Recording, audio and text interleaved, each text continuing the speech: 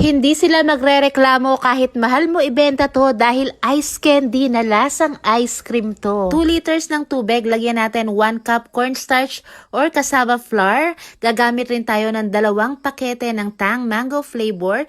Paghaluin na natin dito sa ating saucepan. At ito po, lulutuin natin hanggang sa kumulo. Kailangan talaga ay kumulo.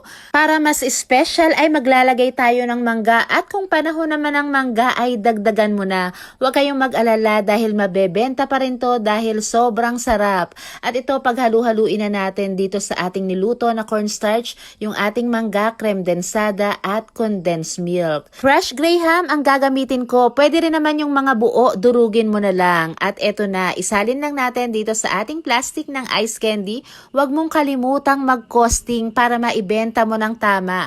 At para sa mas marami pang flavor ay pwedeng-pwede kang mag-visit sa page. See you there!